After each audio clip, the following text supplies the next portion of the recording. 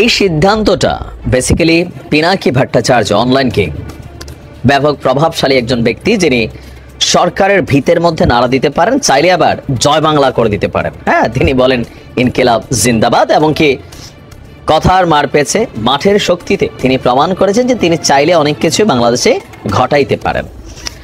তো বিভিন্ন সময় এই অন্তর্বর্তী সরকারকে তিনি নানান ধরনের পরামর্শ দিয়ে থাকেন যে এটা এভাবে হওয়া উচিত, এটা ওইভাবে হওয়া উচিত।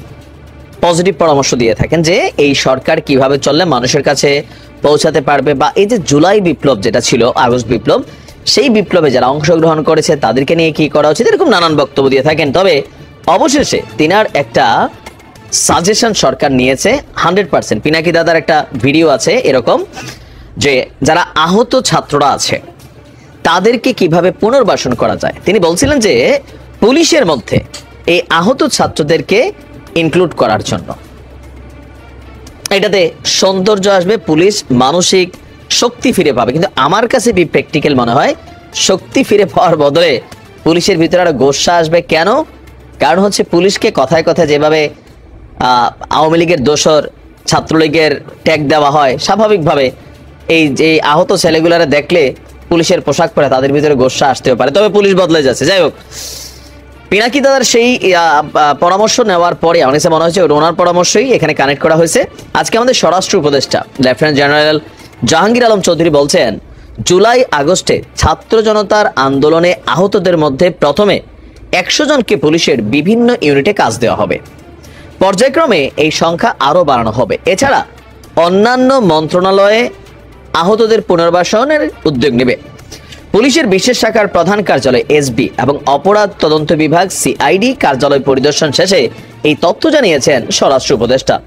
তিনি বলছেন যে আপনারা জানেন যে এই আন্দোলনের সময় অনেকে নিহত আহত হয়েছেন, যারা আহত হয়েছেন তাদের একটা কর্মসংস্থানের ব্যবস্থা কিভাবে করা যায় আমরা সেই বিষয়ে আলোচনা করছি।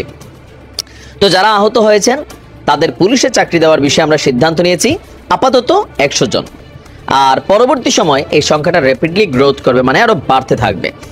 এর আগে 1000 শিক্ষার্থীকে ট্রাফিক ডিউটিতে নেওয়ার জন্য প্রপোজাল লেটার দেওয়া হয়েছে, যারা 3 ঘন্টা থেকে 4 ঘন্টা ডিউটি করবেন। এখন পর্যন্ত সেখানে 400 জনকে অন্তর্ভুক্ত করা হয়েছে। এর বাইরেও তিনি বলছেন যে ট্রাফিক ডিউটিতে কাজ করার জন্য আইন শৃঙ্খলা বাহিনীর অবসরপ্রাপ্ত সদস্যদের নিয়োগের জন্য প্রপোজাল লেটার দেওয়া হয়। আশা করেছিলাম অনেককে পাবো, কিন্তু সাড়া পাইনি। আমরা 500 জনকে দিয়ে শুরু করতে চেয়েছিলাম, এখন 50 জনের মতন পেয়েছি। লেখাপড়ার সাথে শিক্ষার্থীদের ট্রাফিকে কাজ করার বিষয়টা কেমন হবে প্রশ্ন করা হলে স্বরাষ্ট্র উপদেষ্টা বলছেন তারা যেন পড়াশোনা ঠিক রাখতে পারে, সেজন্য আমরা তাদের ডিউটির সময়টা কমিয়ে দিয়েছি, আর নিয়ন্ত্রণেও কাজ করতে পারে সেই ব্যবস্থা করছে, একটা সম্মানীয় দেওয়া হচ্ছে। তার মানে পিনাকি দাদা যে পরামর্শটা দিয়েছেন আহত যে সকল ছাত্ররা আছে তাদের জন্য এটা অনেক পজিটিভ।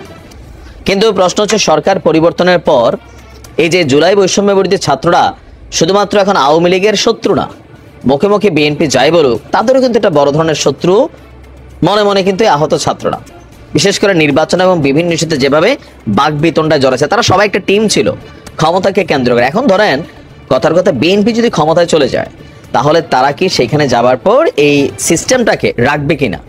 এখন যদি সরকারি প্রজ্ঞাপন হয়ে যায় রাখতে হবে, রাখলেও এই যে ছাত্ররা এখন ঢুকলে তারা যে ক্রেডিটটা পাবে, থানার ওসি সাহেব তাদেরকে যে সমীহ করবে, এসপি সাহেব যে সমীহ করবে, আইজি ডিআইজিরা করবে, পরবর্তী সময় রাজনৈতিক সরকার আসলে তারা কি এই সময়টা পাবে?